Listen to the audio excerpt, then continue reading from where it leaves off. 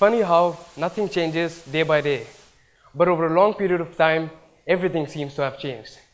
Now, it might be familiar to a lot of you that there are so many things that happens in our life that changes every single day and that we are unaware of, and when we look back, everything seems to have changed. This quote by C.S. Lewis doesn't only inspire me to make gradual changes every day in my life to moderate my future, but also it perpetuates a question in my head, which gives me an insight for social change. Social change occurs on different levels in society, and change is inevitable. We are at the nucleus of evolution, and we can make change conceivable and turn it into reality.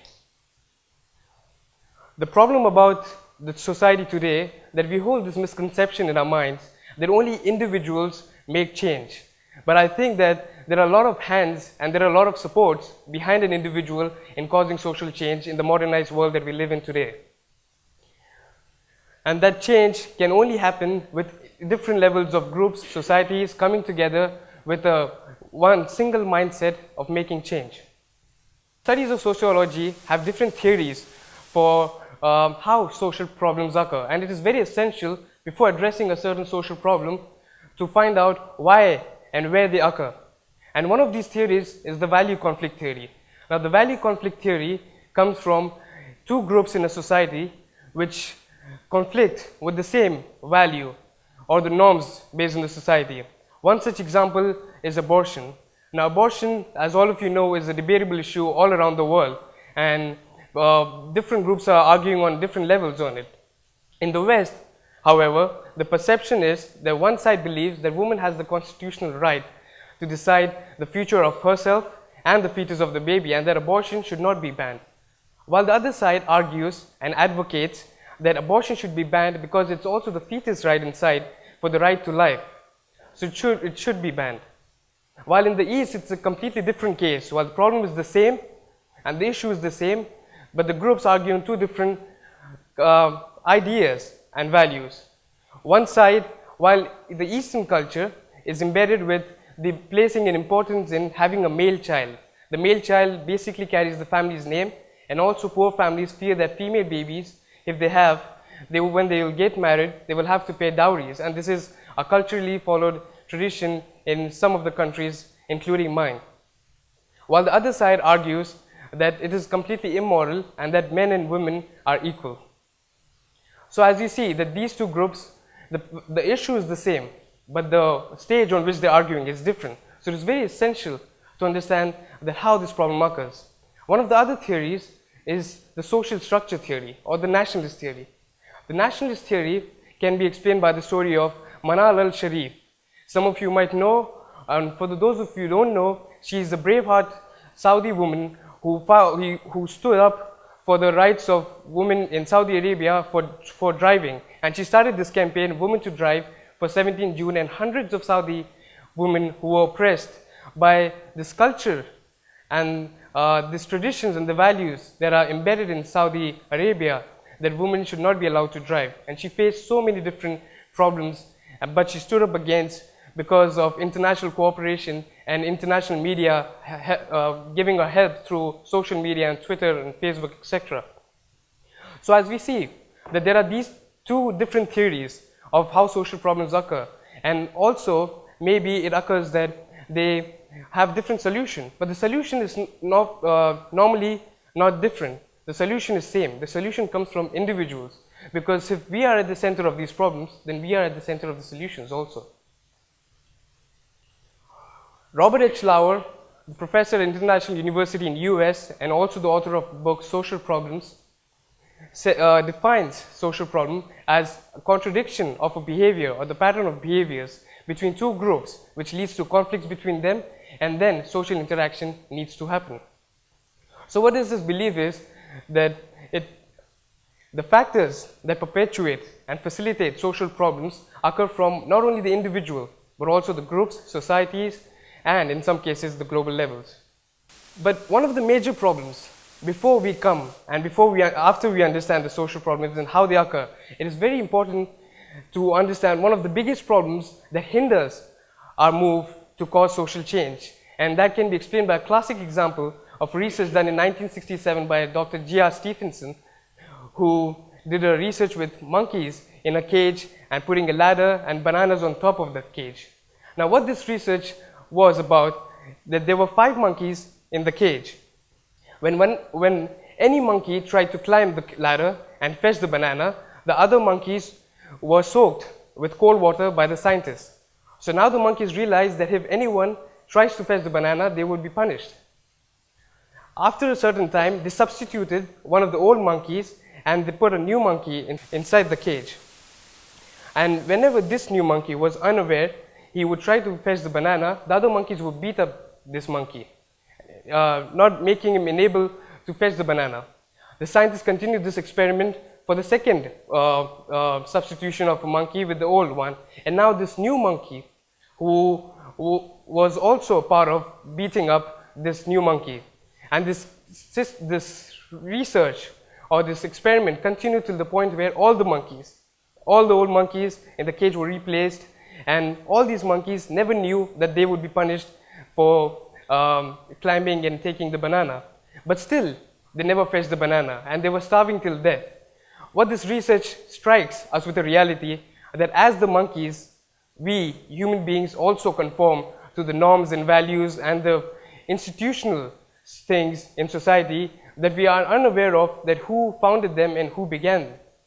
We walk on the roads, we walk on the streets, seeing a beggar, seeing a person in need, and we just walk past by because hundreds and thousands of people walk past by every day, not realizing that that person needs help. We are slaves in this world without chains, constrained by the shackles of all these values and norms. And I think to make this change, we have to be educated of all the social problems. We have to change and broaden our perception for these social problems and how to view them in order to make change. And that brings me to a quote by Nelson Mandela, who said, "Education is the most powerful weapon that can change the world." And it does so because I think, and it is true, that education enables us to understand our individual rights, our individuality. I saw one of the TED speeches of Malala Yousafzai's father. Most of you might know that she was the center stage of the revolution that happened in Pakistan and internationally of women's rights to education. And he mentioned that that wouldn't happen if he hadn't motivated her daughter to get education and understand her individual rights and her individuality, that it makes her no different from a man, and that she also has equal rights to get education and a job. This is a research done by Walden University in 2013 for impact of social change. And what this research proved, that 93% of adults and more than 90% of people around the world believe that the schools and the educational institutions are really at the core of making social changes, and that they are readily responsible of how they can bring in children and change our perceptions also about the certain norms that we conform to. Also, more than 88% people in the world, or 85% people in the world, believe that lack of knowledge about social problems in society sometimes hinders people from actually taking steps towards them because they're unaware of these social problems. As you see, 35% of adults and more than 47% people in Brazil, after they were given the knowledge of the social problems existing in them, they started discussing and taking action against them. Now, what education does is, not only apart from the individuality and making us aware of our rights and giving us a certain view, it also gives us a certain perception. Perception, when I speak about perception, is very important, is because most of the people and in most of the areas, in countries, in cultures and societies, people view many acute problems that exist in society as personal problems, which I believe should be viewed as a social problem. An example could be rape. Many women are oppressed because of rape all around the world. And it is because that we view it as a personal problem of the woman. In a research done in 2007 by United Nations, 66% of the police officers in Turkey believe that it was the woman who should be blamed for a rape, and that she is solely responsible for the sexual assault. In UK, 1 out of 4 men said that it is okay to have intercourse with a woman without her consent. So if this is the perception that we hold in the modern society and we call ourselves educated, I think that something needs to be changed, and one of the first steps is perception. What people say in some countries and some cultures that a woman wearing exposing clothes and exposing dresses leads to rape cases, I would propose a question. There a 5-year-old girl who was raped in India. Was she wearing explosive clothes that led to 2 men raping her and that led to her death? Now, for social change to occur, there are many people through history who have changed our perception and who have connected us emotionally with their act. And these people are what I call the flywheelers.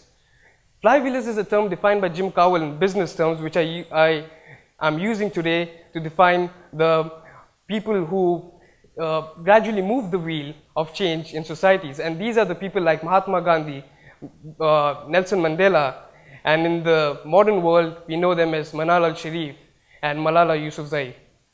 These are the people who go against the society and who go against the norms and values of society and start moving the wheel of change. And when people see and when people believe that yes, change can happen, they give their support and they give momentum to this wheel, which causes change to happen progressively. And so we need such flywheelers. Bill and Melinda Gates founded the Bill and Melinda Gates Foundation in 1997 with an endowment of just $98 million. And today, it has more than $38 billion in endowment because of them believing that to make poverty and to eradicate poverty and diseases, the rich people or the socially uplifted people should come together and exchange the resources for the cause. Otherwise, it would never happen. When I speak about spreading stories emotionally connects people.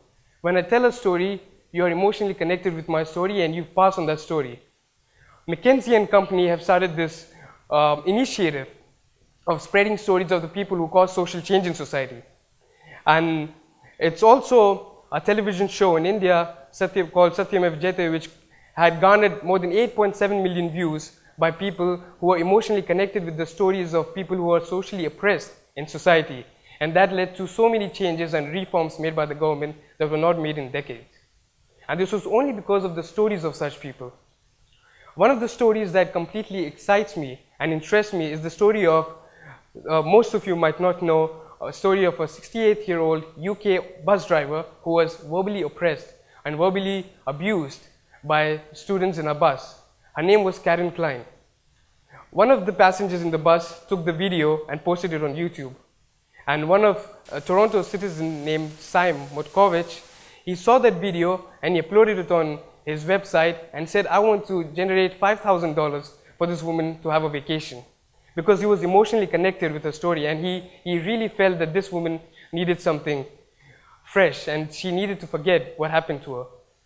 What interesting that video did was that just hours after the video was published, they didn't garner only $5,000, but they also collected more than $800,000 for the video just 1 month after the video was published. They needed $5,000 and they had $800,000. So what this makes us believe is that people are emotionally connected with stories, and when they are deeply involved with certain things and certain causes, they want to help. And so did Karen Klein. She took $100,000 from that money that was collected for her vacation. She took that and she started an initiative for the people who were oppressed by society. It was also the story of Linda Abargil, who was the former Miss World in 1998. Linda Abargil was raped 2 weeks before she was crowned as Miss World. And it was that question that was, I believe, that was in her mind, that should I share my story with the people because of the social class and the social status and the world perception that I will have for the people. But she shared her story. She went up and she told the people what had happened to her. She shared her story, and that led to a revolution for women who were oppressed, and that led to increase in the complaints filed against rape cases in Israel. And that was because of that story she shared. These are the people who have created change in society, and these are the people who have been motivated, who have been educated, who have a broad perspective about the social world, and who need and who want to cause social change in the society. Change is inevitable. Change is bound to happen. Every minute, every second that passes, change takes place. Whether it's a biological process in your body or it's a change of matter. Whether you're changing your baby's diapers or whether you're trying to change the world. Change will happen. Change starts from you and it ends with you. And in between you will need the groups and the societies who believe in your intuition and who believe in your goal. There's a story of a woman who tore the last pages of the magazine of her daughters, which had a picture of the world map. She told her daughter that you have to connect this world map. The daughter did it in a few minutes. And the mother asked, like, how did you do it? It was so difficult because it had no names of countries. And the daughter said, well, I just connected the puzzles of the man, the picture of the man that was behind the world map. So to bring the world together, we must bring ourselves together. We must educate ourselves, we must change our perception, and we must change our views to what we hold in society. We need the flywheelers in the cycle. We also need media, government, and international communities to help us cause that change. Before I leave this stage, I would like you to repeat with me, I will be the change. Thank you.